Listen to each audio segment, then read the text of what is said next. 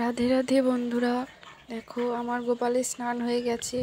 ওর গাটা এবার আমি ভালো করে মুছিয়ে দিয়েছি। এবার ওকে জামা পরাবো। দেখো আমি ওকে এই জামাটা পরিয়ে দিয়েছি, এটা ওর নতুন জামা। এবার ওর শৃঙ্গারটা আমি করে নিই। দেখো বন্ধুরা, আমার গোপালকে কতটা সুন্দর লাগছে দেখতে, নতুন জামা পরে ফুল দিয়েছি।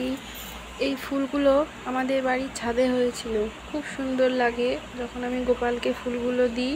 ওরও খুশি লাগে, আমারও ওকে সাজাতে অনেক ভালো লাগে।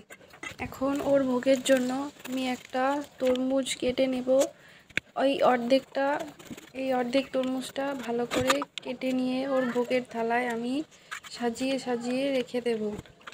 তরমুজটা ভালো করে ছোট ছোট পিস করে কেটে নিয়ে নেব আমি এখন, না হলে গোপালের খেতে অসুবিধা হবে। এবার একটা আপেলের খোসা ছাড়িয়ে আমি ভোগের থালায় দিয়ে দেবো। তোমরা অবশ্যই যখন ভোগ দেবে তখন আপেলের খোসা ছাড়িয়ে তারপরে ভগবানকে ভোগ নিবেদন করবে। দেখো আমি এবার এগুলো পরিষ্কার করে নিচ্ছি।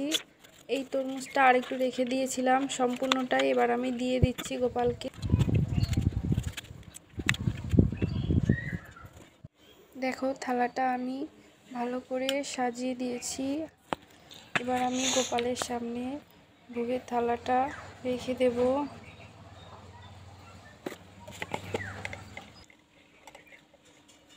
এইবার আমি একটা তুলসী পাতা ভোগের থালায় দিয়ে দেব। তোমরা অবশ্যই তুলসী পাতা দেবে জলে ভোগে, আর তুলসী পাতা ছাড়া তো গোবিন্দর সেবা হয় না, গোপালের সেবা হয় না, আমরা সবাই জানি সেটা। তাও আমি বলে দিলাম একবার। এবার দেখো গোপাল খেতে বসে গেছে। এবার আমি প্রদীপটা জ্বালিয়ে নিচ্ছি আর ধূপদানিটা জ্বালিয়ে দিচ্ছি। এবার আমি গোপালকে আরতি করব। গোপালকে আরতি করার সময় ধূপকাঠি সেটা 7বার ঘোরাতে হয়। ভগবানের চারিদিকে 7বার ঘোরাবে। আর প্রদীপটা নিয়ে ভগবানের চরণে 4বার, নাভিতে 2বার, আর মুখমণ্ডলে 3বার, আর সারা বাহুতে মানে পুরো শরীরে 7বার করে ঘুরিয়ে নিতে হবে, আরতি করতে হবে ঘুরিয়ে। আর মনে মনে হরে কৃষ্ণ বলে নিতে হবে। এবার আমি ভোগটা নিবেদন করে দিলাম ভগবানের উদ্দেশ্যে।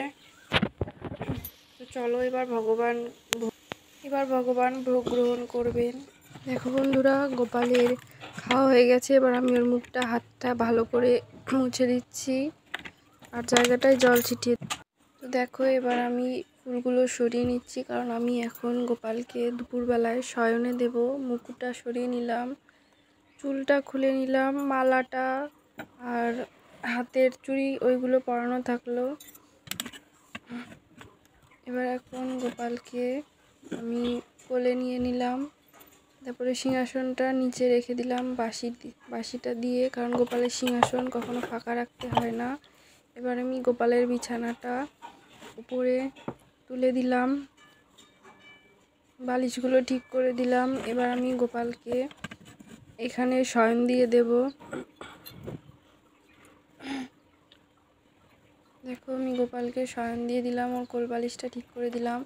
ওর যেটা টিফিন আমি যেটা দিয়েছিলাম ওকে, জল মুড়ি আর নিমকি, ওইটা ওর কাছেই আমি রেখে দিলাম। এবার ওকে একটু আদর করে দিচ্ছি আমি, কারণ ছোট বাচ্চাদের যখন আমরা ঘুম পাড়াই তখন ওদের একটু আদর করে না দিলে ওরা ঘুমায় না, বা মাথায় হাত বুলিয়ে দিলে। এবার আমি মশারিটা চেনটা টেনে নিলাম।